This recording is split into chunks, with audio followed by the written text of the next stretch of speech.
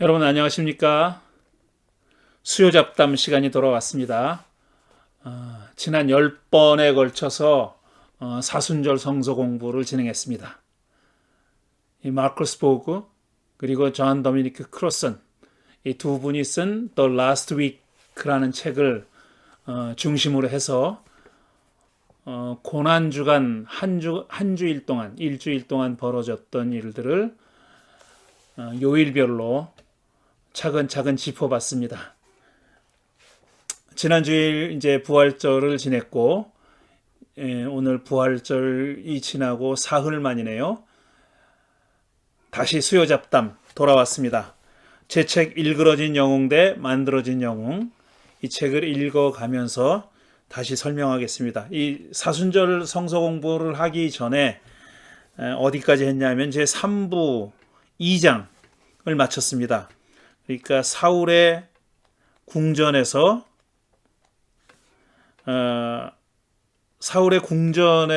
다윗이라는 제목이 붙어 있는 제 2장을 마쳤고, 이제 제 3장 도망다니는 다윗이라는 제목이 붙어 있는 제 3장을 읽어가면서 설명하겠습니다.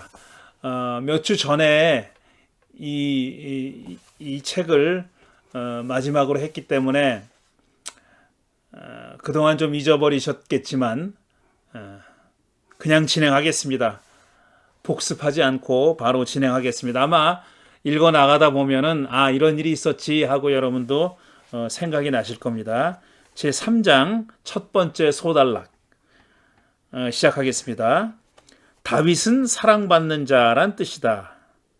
다윗이라는 이름이 그런 뜻이죠. 이름처럼 그는 사람들의 사랑을 한 몸에 받았다. 그를 사랑하는 사랑은 요나단과 미갈이 전부가 아니다. 우리가 전에 살펴본 대로 요나단, 그러니까 사울의 적자죠. 큰아들, 왕위를 계승할 바로 큰아들인 요나단이 자기의 그 왕위 계승권까지 포기해 가면서 다윗에게 넘겨줄 정도로 이렇게 다윗을 애지중지 아끼고 사랑했습니다. 그게 이제 남자와 남자 사이의 우정이라고 오랫동안 생각해 왔는데, 요 근래에는 이 두 사람의 관계를 그 이상으로 보는 그런 견해도 있다는 얘기를 했습니다. 그리고 미갈은 사울의 딸이죠. 이 미갈이 다윗에 반해서 다윗을 사랑하게 돼서 이제 결혼하게 됐는데, 아버지 사울의 입장에서는 사실상 딸을 정략 결혼시킨 거나 마찬가지죠. 자기의 충신이지만 동시에 또 일종의 경쟁자라고 할 수 있는 다윗을 가까이 두기 위해서 미갈과 결혼시킨 것이죠. 이 요나단과 미갈은 다윗을 사랑했다고 아주 분명하게 명시적으로 그렇게 서술되어 있습니다. 사무엘상 18장 16절은 온 이스라엘과 유다는 다윗이 늘 앞장서서 싸움터에 나가는 것을 보고 모두 그를 좋아하였다라고 전한다. 제가 인용하고 있는 새번역 성서는 여기서 이 동사를 좋아했다라고 번역했지만 히브리 원문에는 사랑했다고 되어 있습니다. 아하브라는 동사를 쓰고 있어요. 그러니까 모든 백성들의 사랑을 한 몸에 받은 그런 사람이었던 겁니다. 사울조차도 처음에는 그를 사랑했다고 하지 않나. 16장 21절. 무엇보다 그는 야훼의 마음에 드는 자였고 야훼의 영이 머물던 사람이었습니다. 그러니까 그는 다윗은 야훼의 사랑도 받았다고 볼 수 있는 거죠. 해롤드 블룸이라고 하는 영문학자가 있습니다.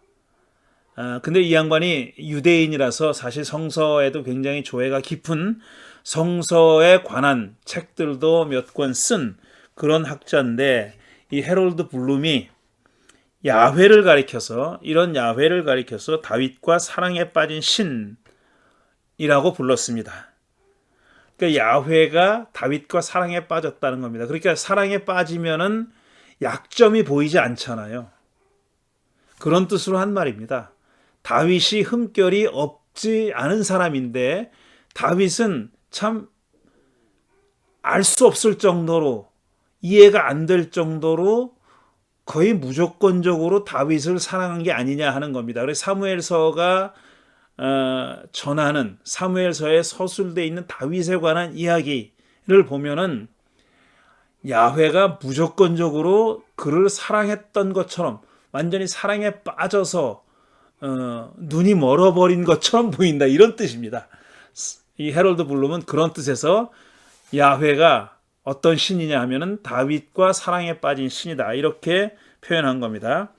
그는 위기에 처할 때마다 누군가의 도움으로 위기에서 벗어났다. 이는 신학적으로는 야훼의 영 덕분이라고 말할 수 있겠지만, 이런 야훼의 영도 살해 위협 그 자체를 없애지는 못했습니다.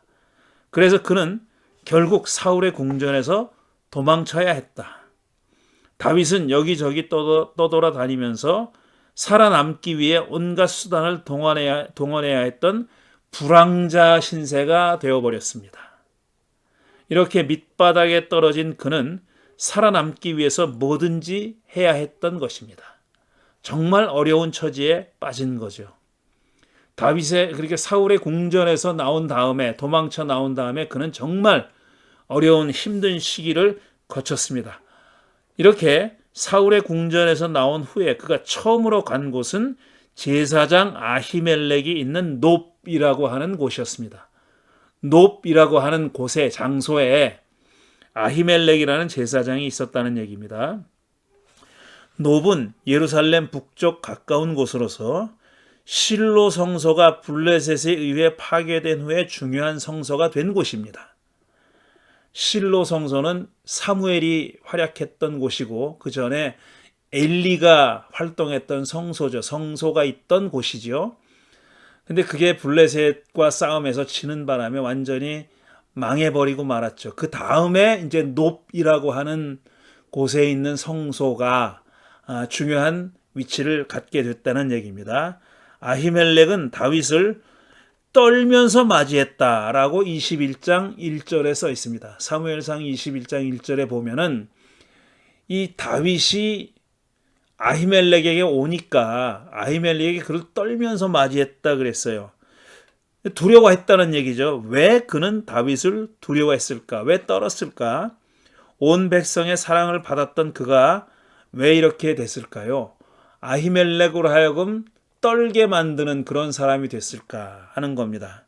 사울과의 관계가 틀어졌다는 사실을 그가 알았을까? 이건 짐작해 보는 겁니다. 설화자가 여기에 대해서 어떤 말도 하지 않기 때문에 우리 독자로서는 여러 가지로 추측해 볼 수밖에 없는 거죠.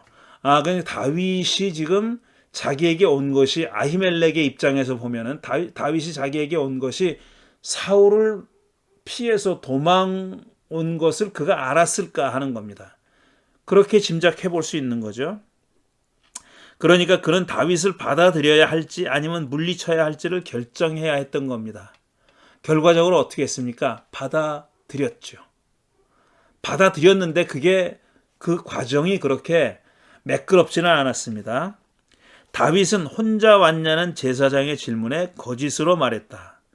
왕에게서 비밀 임무를 부여받았고 부하들은 정해진 곳에서 만날 것이라고 말했다. 이거 새빨간 거짓말이죠. 자기 혼자 도망친 거 아닙니까? 그런데 이 다윗은 제사장 앞에서 아주 뻔뻔하게 거짓말합니다. 부하들은 어딘가 정해진 곳에서 만나기로 했고 자기는 사울의 임무를 받아서 어디론가 가는 길이다. 이건 말이 안 되는 겁니다, 사실은. 아니, 그런 왕의 임무를 받아가지고 가는 사람이 지금 먹을 것도 없이 이렇게 홀몸으로 여기까지 왔다는 것 자체가 수상하죠, 사실은. 제사장은 그의 말을 믿었을까? 의심했을 가능성이 높다. 다윗이 음식을 청하자. 이거 보세요. 음식을 달라 그러는 거예요. 음식 준비도 안 하고 왕이 임무를 맡겨서 보낸다? 이건 가능성이 낮은 얘기죠. 아히멜렉은 거룩한 빵밖에는 없다면서 다윗 수하 젊은이들이 금기를 지켰다면 그걸 주겠다고 했다. 그러니까 다윗 혼자 먹는 게 아니라 수하의 사람들도 있을 텐데 그들이 이 거룩한 빵을 먹을 자격을 갖추고 있다면, 그러니까 금기를 지켰다면, 금기라는 것이 뭡니까? 그 성관계를 하지 말고 이런 거예요. 자기 몸을 정결케 하는 겁니다. 그래야 거룩한 빵을 먹을 자격이 있다라는 얘기죠. 그걸 주겠다고 했다. 거룩한 빵은 야훼 앞에 차려놓은 빵으로 새로 만든 뜨거운 빵을 차려놓으면서 야훼 앞에서 물려낸 것이라는 설명이 덧붙여졌다. 그게 거룩한 빵이 어떤 성격의 빵이냐? 야훼 하나님께 제물로 바쳐졌던 빵이라는 겁니다. 그걸 근데 야훼가 내려와서 실제로 그걸 먹은 게 아니잖아요. 그래서 누군가는 먹는 겁니다. 누군가는 실제로 그 신물인 빵을, 물질적인 빵을 먹잖아요. 야훼가 내려와 먹는 게 아니니까. 근데 그 빵을 먹을 자격이라는 게 정해져 있습니다. 이제 곧 나오지만 이렇게 야훼께 제물로 바쳐졌던 빵은 제사장들만 먹을 수 있는 겁니다. 제사장들만. 그런데 아히멜렉 제사장이 한 말은 그게 아니었어요. 다윗의 수하의 군인들도 금기를 어기지만 않았다면, 그러니까 자기 몸을 정결케만 했다면 그 빵을 주겠다 그랬어요. 근데 이 말 자체가 계명에 따르면, 율법에 따르면 맞지 않는 겁니다. 제물로 바쳐졌던 빵이나 곡식이나 이런 것들은 제물로 바친 가족들이 먹을 수 있는 부분도 있었지만 대부분 제사장들만 먹을 수 있었거든요. 그러니까 이 가족도 아니고 제사장도 아닌 다윗 수하의 어떤 그 사람들, 군인들이겠죠. 이런 사람들은 먹을 수가 없는 거였죠. 다윗은 젊은이들은 모두 금기를 지켰다고 또 거짓말을 했다. 있지도 않은 젊은이들이 무슨 금기를 지킵니까? 거짓말에 거짓말이 연쇄 작용하는 거죠. 꼬리에 꼬리를 무는 거짓말입니다.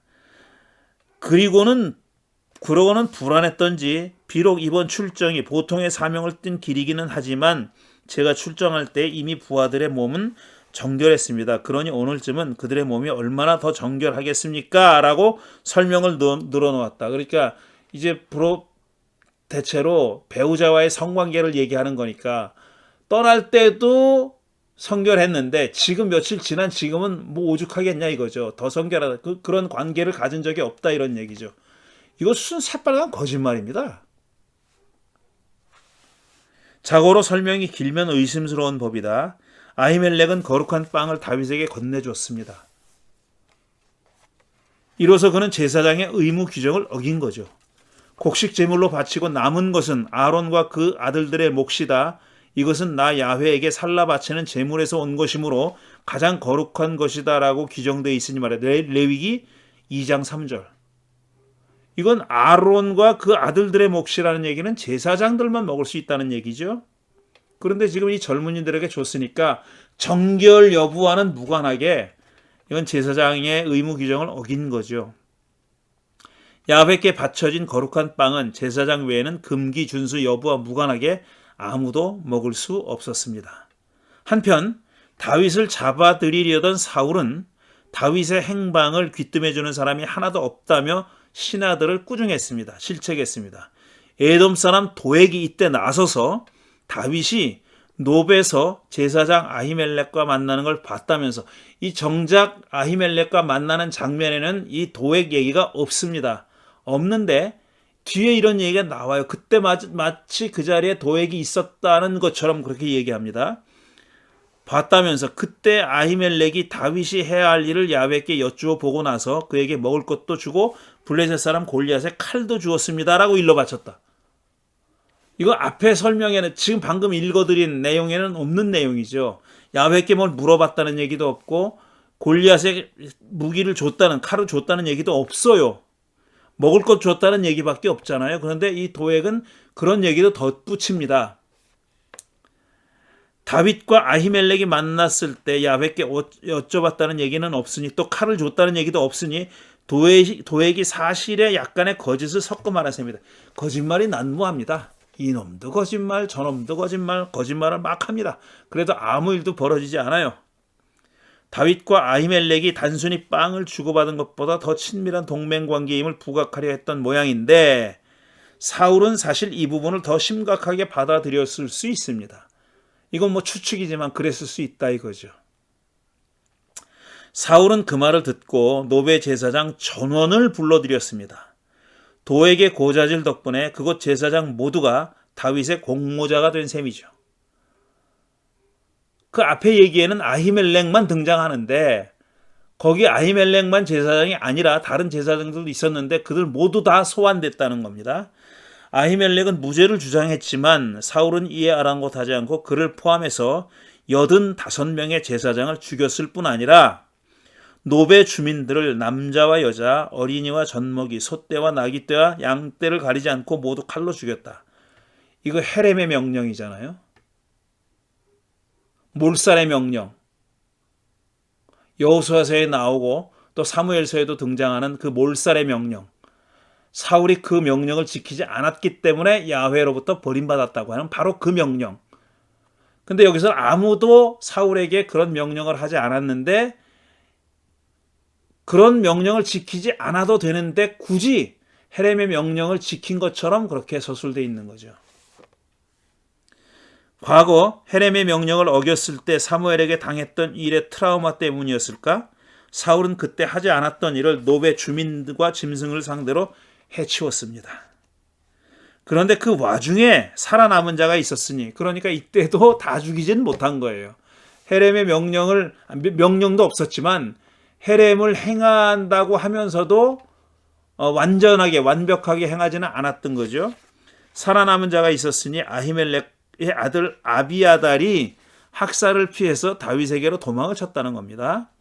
그에게 소식을 들은 다윗은 그날 내가 에돔 사람 도액을 거기에서 보고서 그가 틀림없이 사울에게 고자질하겠다는 것을 그때 이미 짐작하였소. 제사장의 집안이 몰살당한 것은 바로 내가 책임져야 하오라고 나는 얄궂은 말을 했다. 이게 누구한테 얘기했는지는 나오지 않아요. 이미 그때 같이 있었던 제사장 다 죽었다는 얘기를 나중에 듣고 한 말이잖아요. 그러니까 이 아비아달에게 얘기한 거겠죠. 그 얘기를 그 사건을 보고했던 아비아달에게 그렇게 얘기한 거예요. 그러니까 당신 아버지가 나 때문에 죽었어 이런 얘기잖아요. 아니 그러면은 이게 말이 좀 앞뒤가 안 맞는 게 이해할 수 없는 게 그때 도액이 거기 있는 걸 봤답니다. 그리고 그가 사울에게 일러 바칠지도 모르겠다라고 의심했다는 거예요. 근데 그냥 놔뒀다는 거예요. 의심을 했으면서도 놔뒀다는 거예요. 그러니까 방조한 거죠. 일종의 방조한 잘못을 저지른 거죠. 그런 비극이 일어날 수도 있다고 생각했으면서도 그대로 놔뒀다는 거예요. 이게 도대체 무슨 말입니까? 다윗의 말은 아무리 생각해도 이해할 수 없다. 이는 명백히 다윗에게 불리한 진술인데 불리하죠. 이걸 읽는 사람이 우리도 마찬가지고 이 이야기를 읽는 사람이 어떻게 생각하겠어요? 아니 다 알았으면서 예상했으면서 아무 조치도 취하지 않았다니까 그건 다윗을 탓하게 돼 있죠. 내내 그를 편들어온 설화자가 왜 이렇게 서술했는지 알 수 없다. 어쨌든 다윗은 아비아달을 받아들였는데 훗날 그는 사독과 함께 다윗 왕실의 제사장이 됐다가 나중에 솔로몬에게 숙청당합니다. 그건 나중에 벌어진 일입니다. 다윗은 이런 일들을 겪으면서 어떻게 처신해야 하는지를 깨달았던 모양이다. 그러니까 어떻게 처신해야 하냐 하면은 살아남기 위해서는 뭐든 해야 한다는 깨달음이 그것이죠. 뭐든 해야 되는구나. 내가 이제 살아남으려면은 뭐든 해야 되는구나 하는 것을 깨달았을 거다라는 얘기입니다. 그는 거짓말을 해야 할 때는 서슴없이 했죠. 거짓증을 하지 말라는 계명을 지키기에 상황이 너무도 급박했기 때문일까? 거짓말하는데 별 죄의식을 느끼지 않았을까? 어느 편인지 몰라도 분명한 사실은 목숨을 버려가면서 정직해야 한다는 거짓말하지 말라는 계명을 지켜야 한다는 의지가 그에게는 없었다는 점입니다. 그건 분명하죠. 이 목숨과 진실을 바꾸겠어 뭐 이런 의지 같은 거는 그에게 보이지 않았다는 거죠. 그는 살아남기 위해 철천지 원수 블레셋의 몸을 의탁하기까지 합니다. 자, 그 얘기가 나옵니다. 이제 다윗은 노브를 떠나 가드왕 아기스에게로 갔다. 가드라는 도시는 성읍은 블레셋 사람들이 차지하고 있던 5성읍 가운데 하나입니다. 5개의 성읍이 뭐냐면 가사, 지금 가자지구라는 이름이 여기서 나온 거죠. 가사, 아스돗, 그 다음에 지금 얘기한 가드, 아스클론, 에그론, 이렇게 5도시가, 5성읍이 블레셋 사람들의 영역 안에 있는 중심적인 성읍 역할을 했던 성읍이었습니다. 이 5성읍 중에 하나인 가드의 왕 아기스에게로 간 겁니다. 그 전에 다윗이 블레셋 사람들과 전투를 했잖아요. 다윗이 사울의 사위가 된 것은 블레셋 사람들의 양피 100개를 가져와라, 200개를 가져와 가지고 미갈과 결혼하게 된 거 아닙니까? 블레셋 입장에서 보면은 다윗은 자기들 원수입니다. 그런데 그 다윗이 그 호랑이의 굴에 들어간 거나 마찬가지죠. 그러니까 얼핏 이해하기 힘든 그런 행동이죠. 다윗은, 가드는 블레셋의 주요 도시국가 5곳 가운데 하나였다. 다윗은 철천지 원수 중 하나에게 몸을 의탁하려 했던 것이다. 이게 좀 말이 이해가 얼핏 되진 않습니다. 아기스의 신하들은 당연히 그를 받아들일 수 없었다. 당연하죠. 그는 이 사람은 분명히 저 나라의 왕 다윗입니다. 이 사람을 두고서 저 나라의 백성이 춤을 추면서 이렇게 노래하였습니다. 사울은 수천 명을 죽이고 다윗은 수만 명을 죽었습니다. 라며 펄쩍 뛰었다는 겁니다. 그러니까 이 얘기를 한 신하들은 이스라엘 사람들이 이 여자들이 노래한 것까지 알고 있어요. 사울은 수천, 다윗은 수만이라는 노래를 불러서 사울이 아주 심기가 불편했다는 얘기가 나오지 않습니까? 그 사실을 다 알고 있어요. 그런 자가 와서 몸을 의탁하려고 하니까 받아들이지 말아야 된다고 주장하는 건 당연하죠. 근데 한 가지 여기서 작은 실수라고나 할까 하는 게 뭐냐면은 그때까지 다윗은 왕이 아니었죠. 그런데 이 신하들이 다윗을 가리켜 저 나라의 왕 다윗이라 그랬어요. 나중에 다윗이 왕이 되긴 하지만 이때는 왕이 아니었잖아요. 그러니까 이거는 좀 이상한 호칭이죠. 그때까지 다윗은 왕이 아니었으니 그들이 다윗을 그렇게 불렀던 것은 설화자의 시대착오적 실수로 보인다. 그러니까 뒤에 일어날 일을 미리 앞으로 끌어당겨서 다윗을 왕으로 호칭한 게 아니냐 하는 겁니다. 아니면 설화자가 다윗이 장차 왕이 되리라고 슬쩍 암시한 거일 수도 있겠죠. 그럴 가능성도 없지 않아 있습니다. 다윗은 아기스 신하들의 말을 듣고 가슴이 뜨끔했죠. 그렇죠. 뜨끔하겠죠. 야, 이거 잘못하면 죽겠구나 하는 생각을 했겠죠. 거기서 피신처를 얻기는커녕 죽을지도 모르게 됐으니 말이다. 그래서 그가 사용했던 방법은 미친 척하는 겁니다. 실제로 미친 사람 흉내를 냈다는 겁니다. 미친 척, 그게 뭐 어떤 비유적인 표현이 아니라 실제로 미친 사람 흉내를 낸 겁니다. 그들에게 잡혀있는 동안 그는 미친 사람처럼 행동하여 성문 문짝위에 아무렇게나 글자를 글적이기도 하고 수염에 침을 질질 흘리기도 하였다라고 했으니 그는 아마 상당 기간 동안 미친 척을 했다고 짐작할 수 있습니다. 아기스는 그래서 신하들에게 아니 미친 녀석이 아니냐, 왜 이런 자를 나에게 끌어왔느냐, 나에게 미치광이가 부족해서 저런 자까지 데려다가 내 앞에서 미친 짓을 하게 하였느냐 하느냐, 왕궁에 저런 자까지 들어와 있어야 하느냐라고 야단을 친 겁니다. 미친 척한 게 효과를 발휘했던 거죠. 그래서 다윗이 목숨을 건집니다. 아기스에게 피신하려는 그의 계획은 실패했지만 겨우 목숨은 건질 수가 있었습니다. 이처럼 다윗은 임기응변에 능했다. 훗날 한 번 더 아기스를 찾아가 몸을 의탁했는데 그때는 홀몸이 아니었어요. 그때는 이미 600명, 수백 명의 추종자가 동반해서 그랬는지 아기스는 그를 받아줬고, 그러니까 군대가 늘어난 겁니다. 군인을 달고 왔으니까요. 시글락이라는 성읍을 그에게 하사합니다. 거기 가서 거기 머물러라 라고 하사했죠. 그는 거기서 1년 넉 달을 거주했다고 그렇게 쓰여 있습니다. 그건 나중의 얘기고요. 처음 아기스에서 피신하려다 실패하자 다윗은 아둘람 굴속으로 피신했다고 합니다. 아둘람이라는 이름을 쓰는 그런 교회들이 많이 있습니다. 무슨 어떤 소그룹을 아둘람이라고 하든지 뭐 이런 아둘람이라는 이름을 쓰는 그런 그 교회들이 여러 저도 봤는데 저는 이 이름을 쓰는 거를 언뜻 이해할 수가 없어요. 왜 이게 그렇게 좋은 이름은 아닌데 왜 쓸까? 피신했다는 거 아니에요. 아둘람이라는 피신처, 은신처라는 의미를 가진 작은 성읍이에요. 근데 그게 어떤 성읍이냐면 이제 다윗이 그 성읍에 피해 있었다는 거잖아요. 그 성읍에 있는 어떤 굴 속에 숨어 있었는데 피신처라는 뜻을 가진 그 도시에 굴 속에 숨어 있었다는 거예요. 작은 성읍으로 유다 세펠라 지역에 위치해 있다. 어떻게 알았는지 다윗의 형들과 가족들이 그리로 와서 합류했다는 거예요. 이제 소문이 났다는 거죠. 이때 이 다윗의 가족들만 온 게 아니라 압제를 받는 사람들과 빚에 시달리는 사람들과 원통하고 억울한 일을 당한 사람들도 다윗에게 몰려들어서 다윗은 그렇게 모인 400명의 우두머리가 됐다는 겁니다. 400명이니까 한 굴 속에 숨어 있기는 힘들었겠죠. 이제 많은 사람들이 몰려왔는데 그 몰려온 사람들이 어떤 성격의 사람이었냐면은 한마디로 얘기해서 핫비루였다 이겁니다. 핫비루. 이스라엘 사람들의 조상이죠.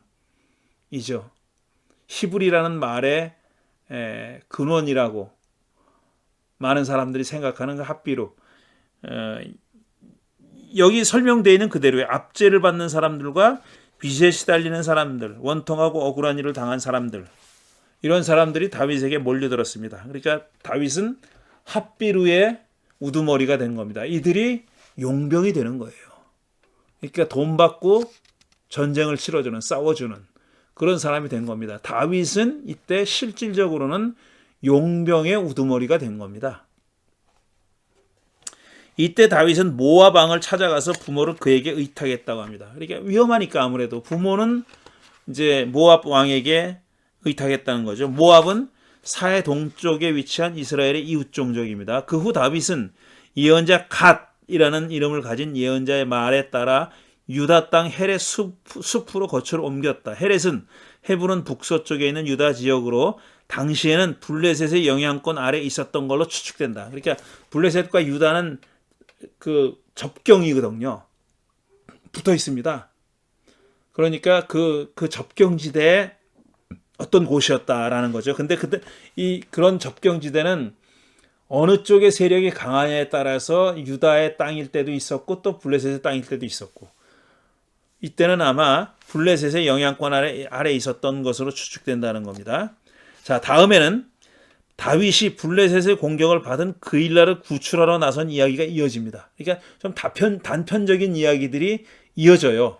그 다음에 이렇게 쭉 연결되어 있는 얘기가 앞뒤가 이렇게 문맥이 잘 맞는 그런 이야기들은 아닙니다. 좀 단편적인 이야기들이 이어집니다. 그는 출전해서 블레셋 사람들을 공격해도 되겠냐고 야훼께 묻습니다. 여기선 또 야훼한테 물어보는 그런 신앙심을 발휘합니다. 부하들은 자기들도 가슴 졸이며 사는데 블레셋 공격이 웬 말이냐며 출전을 반대했지만, 그렇겠죠. 자기들도 숨어 사는 주제이니까, 그런 처지니까 공격한다는 게 말이 되냐고, 그것도 블레셋을 공격한다는 게 말이 되냐고 펄쩍 뛸만도 하죠. 재차 야훼에게 묻고 같은 대답을 듣자 출전해서 큰 전과를 올렸다 그랬습니다. 한편 다윗이 그일라에 있다는 소식을 사울이 알게 되자 그는 군대를 이끌고 다윗을 잡으러 그일라로 내려왔지만 다윗은 그것보다 한 발 앞서 조치를 취했습니다. 그는 사울이 온다는 소식을 듣고 이번에는 에봇을 통해서, 에봇은 어떻게 야훼 뜻을 예스와 노로 물어보는 어떤 도구로 짐작됩니다. 야훼 뜻을 주사위 비슷한 거예요. 그러니까 근데 주사위가 육면이 있는 게 아니라 예스 아니면 노로 대답이 나오는 그런 도구였다는 거죠. 야훼께 물었더니 그일라 주민이 그를 사울에게 넘겨주리라는 야훼의 대답을 듣자, 그러니까 거기 있지 말라는 거죠. 그일라 주민들이 지금 그일라에 있는데 그 주민들이 다윗을 사울에게 넘겨줄 거다라고 야훼가 대답해 줬다는 겁니다. 그러자 부하들을 거느리고 그것을 빠져나왔습니다. 다윗은 이 일들에 직면해서 두 번 야훼에게 의견을 물었는데 두 번 모두 야훼의 대답대로 행동해서 살아남죠. 사울은 계속해서 다윗을 추격했지만 실패를 거듭합니다. 오히려 다윗이 사울을 죽일 수 있는 기회가 여러 번 있었습니다. 다윗이 엔게디 산성에 머물고 있을 때 사울이 그 소식을 듣고 그를 잡으러 갔습니다.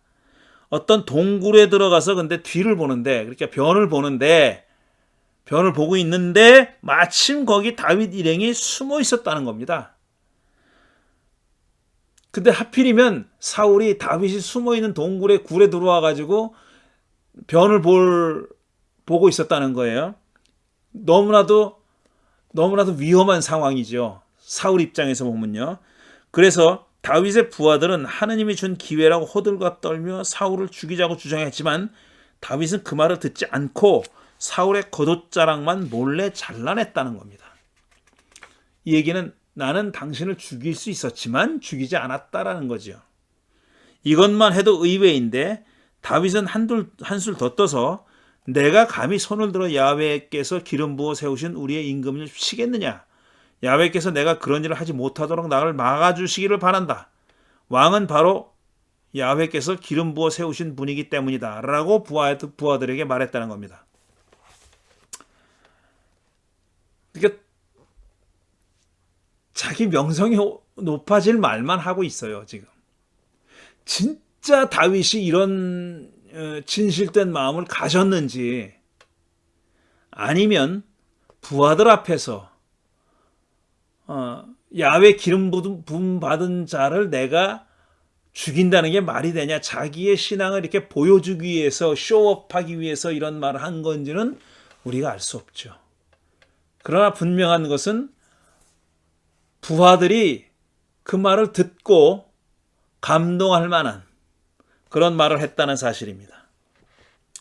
놀랄 일 아닌가. 자기를 죽이려는 사울을 야훼 기름 부음 받은 사람이므로 죽이지 않겠다고 부하들더러 만일 자기가 그런 짓을 하려 한다면 말려달라고 얘기했으니 말이다. 만일 내가 만에 하나라도 사울을 죽이려고 한다면 너희들이 말려달라 이렇게 얘기했다는 거예요. 사울이 이를 보고 밖으로 나오자 다윗은 그에게 절하고 자기가 그를 죽이려 한다는 세간의 말을 믿지 말라면서 자기가 그를 죽일 수도 있었지만 죽이지 않았다고 말하고 그의 겉옷자락을 보여줍니다. 자, 보십시오. 내가 당신을 죽일 수도 있었지만 나는 죽이지 않았습니다. 이렇게 얘기한 거죠. 그는 야훼가 재판관이 되어 둘 사이를 판결해 달라고 일장연설까지 합니다. 그러자 사울은 나의 아들 다윗아, 이것이 정말 너의 목소리냐? 라며 목 놓아 울고는 이렇게 말했다. 이것도 좀 언뜻 이해가 안 가는 얘기입니다. 물론 자기가 죽을 뻔했다는 걸 사울도 알았겠죠. 맘만 먹으면 다윗이 자기를 죽일 수도 있었다는 것을 사울도 인정하지 않을 수 없죠.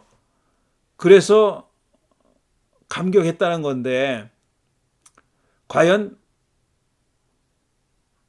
사울 같은 처지에 있었던 사람이 이렇게 감격을 할까? 감격해서 한 말이 이것도 일장연설입니다. 나는 너를 괴롭혔는데 너는 내게 이렇게 잘해주었으니 내가 나보다 의로운 사람이다. 이거 말하고 싶은 겁니다. 그러니까 설화자는 사울 입에서 이런 말이 나오기를 바란 것이고 이런 말이 나왔다고 전하는 거죠. 야훼께서 나를 네 손에 넘겨 주었으나 너는 나를 죽이지 않았다. 이것 하나만으로도 오늘 너는 네가 나를 얼마나 끔찍이 생각하는지를 내게 보여주었다. 도대체 누가 자기의 원수를 붙잡고서도 무사히 제 갈 길을 가도록 놓아 보내겠느냐. 그렇죠. 이거 말하려고 하는 게 이거예요. 야훼 기름 부음 받은 사람을 다윗은 절대로 죽이지 않았다. 그 말을 하고 싶은 겁니다. 그 말을 그것도 사울의 입에서 말하게 한 거죠. 네가 오늘 내게 이렇게 잘해 주었으니 야훼께서 너에게 선으로 갚아주시기 바란다. 나도 분명히 안다. 너는 틀림없이 왕이 될 것이고. 왜 웃는지 아시겠죠? 이스라엘 나라가 네 손에서 굳게 설 것이다. 이 말을 사울이 했다는 겁니다. 그러므로 너는 이제 야훼의 이름으로 내게 맹세하여라. 너는 내 자손을 멸절시키지도 않고 내 이름을 내 아버지의 집안에서 지워버리지도 않겠다고 내게 맹세하여라. 그러니까 자기 아들을 죽이지 않겠다고 맹세해달라는 겁니다. 사울은 잘못을 인정하고 재발 방지를 약속했다. 여기서 눈에 띄는 대목은 그가 다윗이 왕이 될 것을 알고 있다고 말한 대목입니다. 그가 이런 말을 한 것은 이번이 두 번째입니다. 처음이 아니에요. 이미 18장 8절에 나옵니다. 그는 다윗이 왕이 되면 자기 후손을 멸절하지 않겠다고 맹세하라고 했습니다. 이런 맹세까지 받으려 한 걸 보면 그는 정말 다윗이 왕이 되리라고 믿었던 모양입니다. 아니면 설화자가 그로 하여금 그렇게 믿게 만들었다 라는 거죠. 이후에 그가 한 행동을 보면 의심스럽긴 하지만 말입니다. 죽이려고 하니까 그 다음에도. 한편 사무엘은 어떻게 됐을까? 그는 사울이 헤렘의 명령을 어겼다고 꾸중한 후 집으로 돌아간 다음에는 무대에 나타나지 않았습니다. 설화자는 그의 근황에 대해서 이렇게 짤막하게 서술합니다. 사무엘이 죽었다. 온 이스라엘 백성이 모여 그의 죽음을 슬퍼하며 울고 그의 고향 라마에 그를 장사하였다. 25장 1절. 그가 행한 중요한 일들에 비하면 그의 부고는, 그의 죽음에 관한 이야기는 너무나도 간략하고 초라하기까지 하죠. 그냥 죽었다. 온 백성이 슬퍼했다. 장사했다. 이겁니다. 그가 1세를 풍미했던 사무엘, 킹메이커 역할을 두 번이나 했던 사무엘은 이렇게 짧은 부고를 남기고 사라집니다.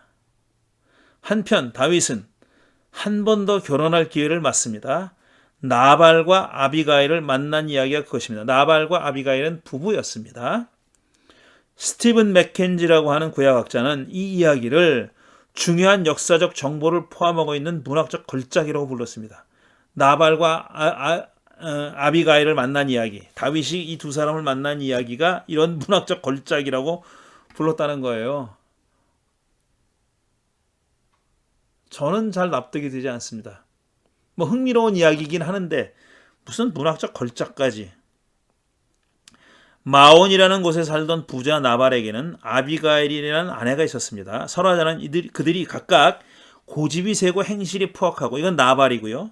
이해심도 많고 용모도 아름다웠다. 이건 아비가일입니다. 이 두 사람을 이렇게 묘사합니다. 벌써 그러니까 설화자가 앞부분에 이 사람들이 어떤 성격의 사람이고 또 운명이 어떻게 되리라는 것을 이렇게 좀 말하고 있는 거나 마찬가지죠. 하루는 다윗이 부하들을 나발에게 보내서 나발의 목자와 양떼를 지켜줬으니 먹거리나 좀 달라고 청하게 했다. 동네 양아치 같은 겁니다.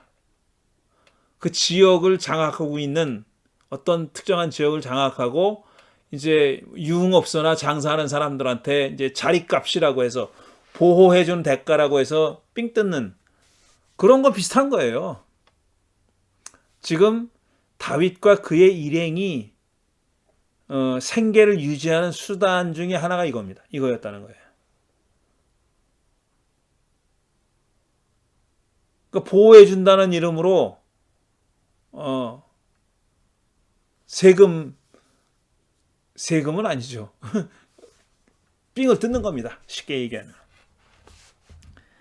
나발의 재산을 지켜줬으니 보수를 내놓으려는 거다. 나발은 발끈해서 이렇게 답합니다. 도대체 다윗이란 자가 누구며 이새의 아들이 누구냐? 이게 이새의 아들인 줄 알고 있어요. 지금 나발은.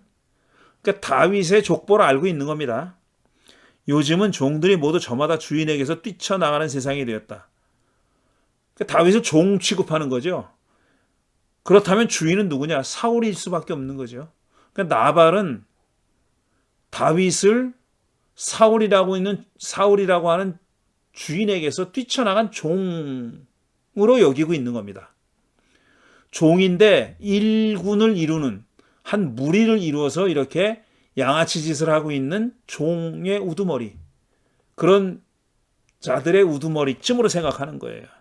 그런데 내가 어찌 빵이나 물이나 양털 깎는 일꾼들에게 주려고 잡은 짐승의 고기를 가져다가 어디서 왔는지도 모르는 자들에게 주겠느냐?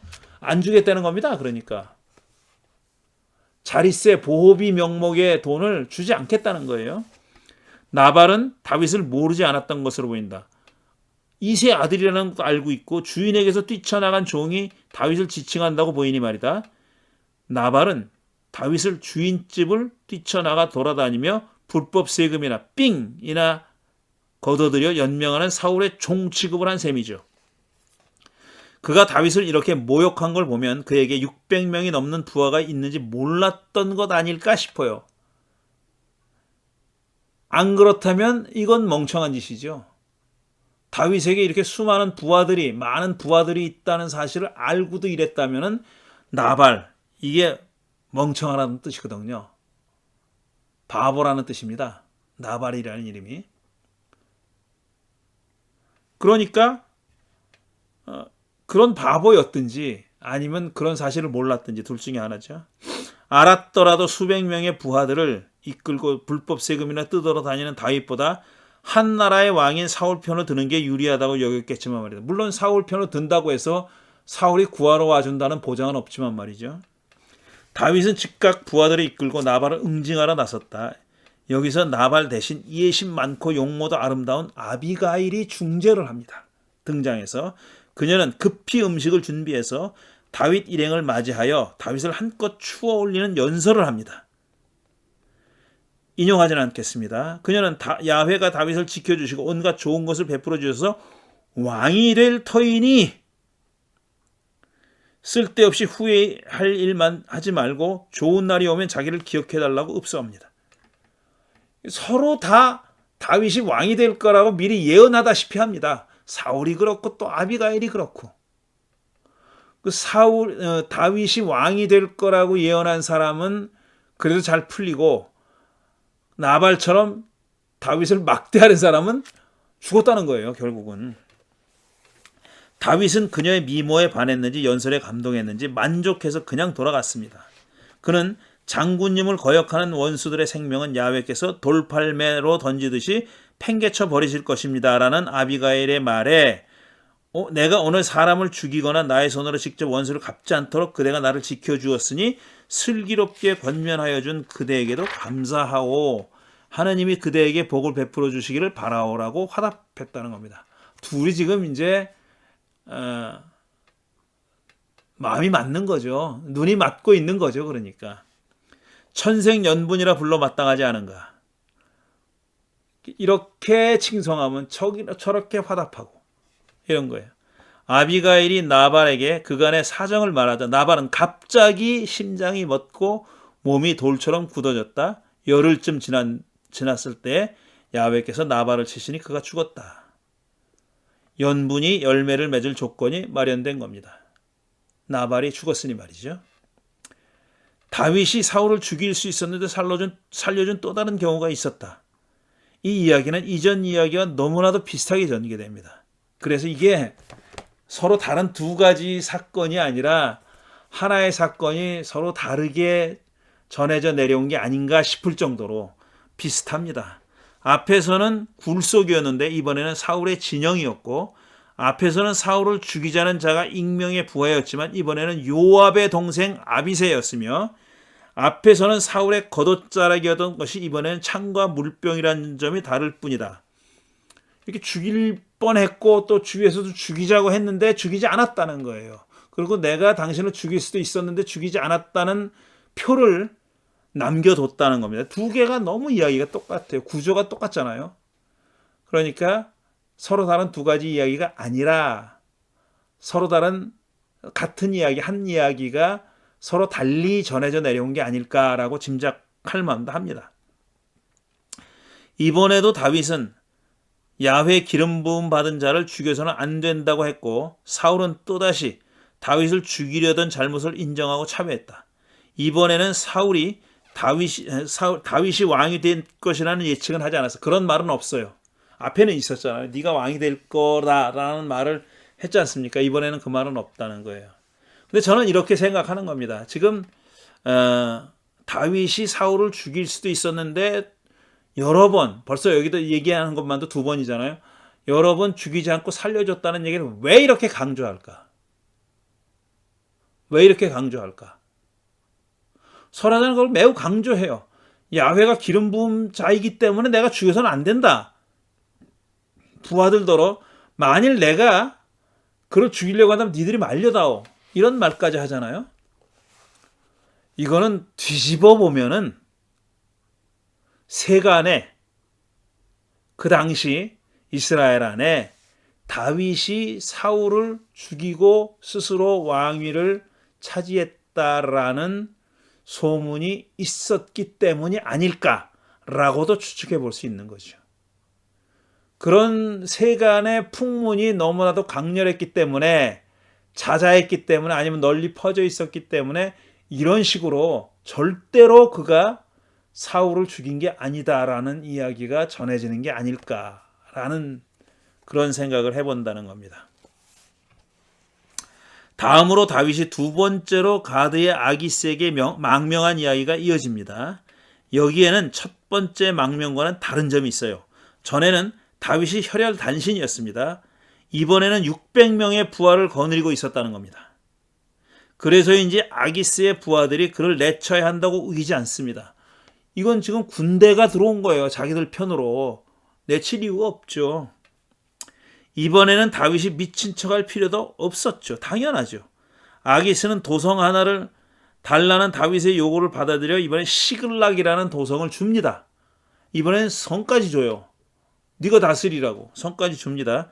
시글락은 세펠라 남쪽에 자리 잡고 있는 작은 성. 세펠라는 이 유다 남쪽입니다. 남쪽인데 그 지역에 있는 어떤 작은 성읍이었다는 거죠. 다윗은 그곳을 거점으로 주변을 습격하고 약탈합니다. 이 다윗이 사실 전쟁광이에요. 물론 생존을 위해서 전쟁을 한 건 맞습니다만 어쨌든 이는 싸움꾼이에요. 다윗은. 나발에게는 불법 세금을 뜯더니 여기서는 대놓고 인근 주민을 약탈한 겁니다. 공격해 쳐들어가서 약탈했다는 거예요. 근데 그 지역이 어떤 지역이냐 하면은 이 블레셋의 영향권 하에 있는 지역의 성읍들을 쳐들어가서 약탈한 겁니다. 그는 자기의 소행이 밝혀질 것을 염려해서 주민들을 몰살했어요. 소문이 자기들이 아닌 것처럼 하려고 다 죽여서 정보가 그 소식이 새나가지 않게 만들었다는 거예요. 그는 그술과 기르스와 아말렉을 공격했으면서도 아기스에게는 유다 지역에 속한 성읍들을 털었다고 거짓말했어요. 거짓말을 아주 밥 먹듯이 하는 그런 자입니다. 다윗이. 그러니까 이 얘기는 뭐냐면은 블레셋의 영향권 하에 있는 성읍들을 침범했으면서도 아기스한테는 뭐라고 얘기해? 유다 지역을 내가 침공했다고, 너희들의 원수인 유다 지역을 침공했다고 그렇게 거짓말했다는 겁니다. 그는 시글락에 머물면서 이런 식으로 처신했지만 아기스는 그의 말만 믿고 그의 충성심을 의심하지 않았다는 겁니다. 그러니까 아기스도 멍청했던 거죠. 그러니까 다윗은 사울의 궁전에 있던 것보다 훨씬 긴 기간 동안 도피 생활했습니다. 도망 다녔어요. 그동안 그는 다양한 일을 겪었습니다. 위기에서 자기를 구해준 아내 미갈과 헤어졌고, 도망 나올 때 미갈이 도와줬잖아요. 그 미갈과 헤어졌고 여러 차례 죽을 고비를 넘겼습니다. 아비가일을 새로 아내로 맞았고 600명에 달하는 부하도 생겼습니다. 원수 블레셋 땅으로 망명해서 살았지만 나름의 기반을 구축해 나갔고 점차 안정된 생활을 하기에 이르렀습니다. 자리를 잡고 있는 거죠. 하지만 사울은 그렇지 않았습니다. 그는 두 번이나 죽을 위기에 몰렸다가 살아나죠. 다윗에 의해서. 다윗의 후위로 목숨을 건지기는 했지만 두려움과 불안은 커져갔고 부하들은 말할 것도 없고 아들 요나단마저 자기를 배반할지 모른다고 의심했습니다. 그래서 막 욕설을 퍼붓잖아요. 그는 사방이 적으로 둘러싸여 있다고 느꼈을 겁니다. 아마. 그래서 그는 하지 말았어야 하는 일을 했죠. 자기가 이스라엘 땅에서 몰아낸 무당과 박수를 수소문해서 숨어있던 무당을 찾아가지요. 사울의 비극은 점점 정점을 향해 달려가고 있었던 겁니다. 오늘은 여기까지 하겠습니다. 이제 작은 단락 2번이 이 장을 마무리하게 되는데요. 도망 다니던 다윗에 관한 이야기는 다음 주에 한번 더함으로써 마무리가 되겠습니다. 이런 이야기들을 읽으면은 이제 많은 사람들이 흔히 성서를 거룩한 하나님의 말씀, 거룩한 하나님의 말씀인데 이거 무슨 자질구레한 이런 얘기들, 게다가 이야기가 아름답지도 않잖아요. 이 무슨 교훈이 있나? 이런 이야기에서 무슨 교훈을 얻어야 되지? 이런 의문이 듭니다. 그렇지 않습니까? 그래서 적지 않은 설교자들이, 목사들이 억지로 좋은 교훈을 이끌어내려고 그래요.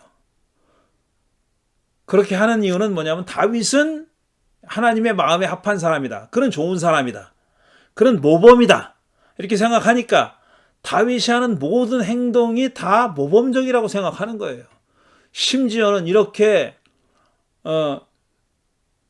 굳이 사울의 편에 서지 않더라도 다윗이 한 행동은 잘못된 행동이 많잖아요. 아히멜렉에게 가서 거짓말한 거에서부터 그 다음에 그가 그 도액이 그럴 거라는 생각을 했으면서도 가만히 놔도 저는 이게 일부러 가만히 놔뒀을 수도 있다. 도액이 무슨 짓을 할지 예측했음에도 불구하고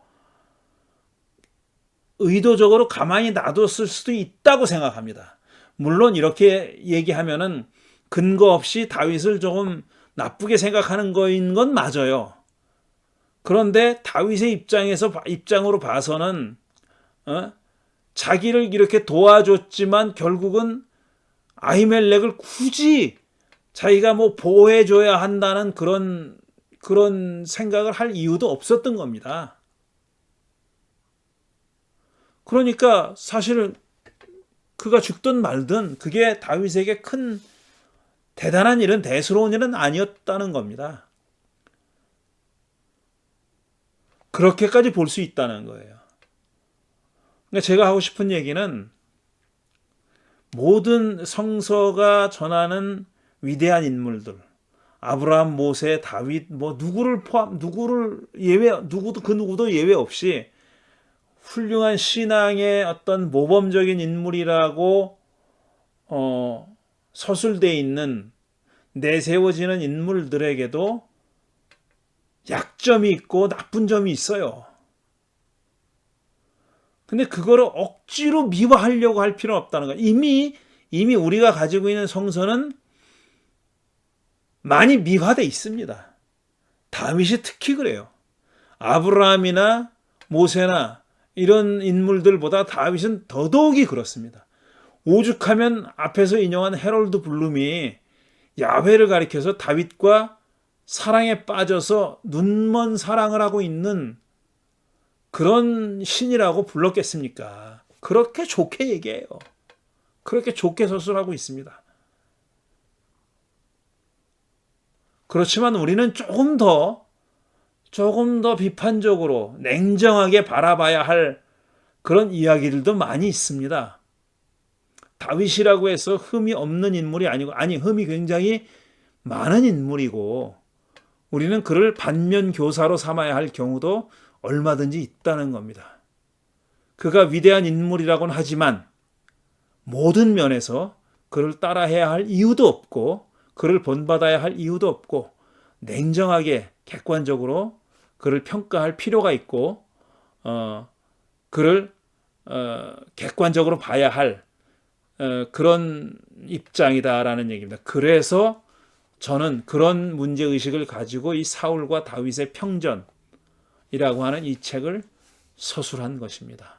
일단 설화자가 많이 기울어져 있습니다. 기울어진 운동장이에요. 사울 입장에서 보면 좀 억울한 점들이 많습니다.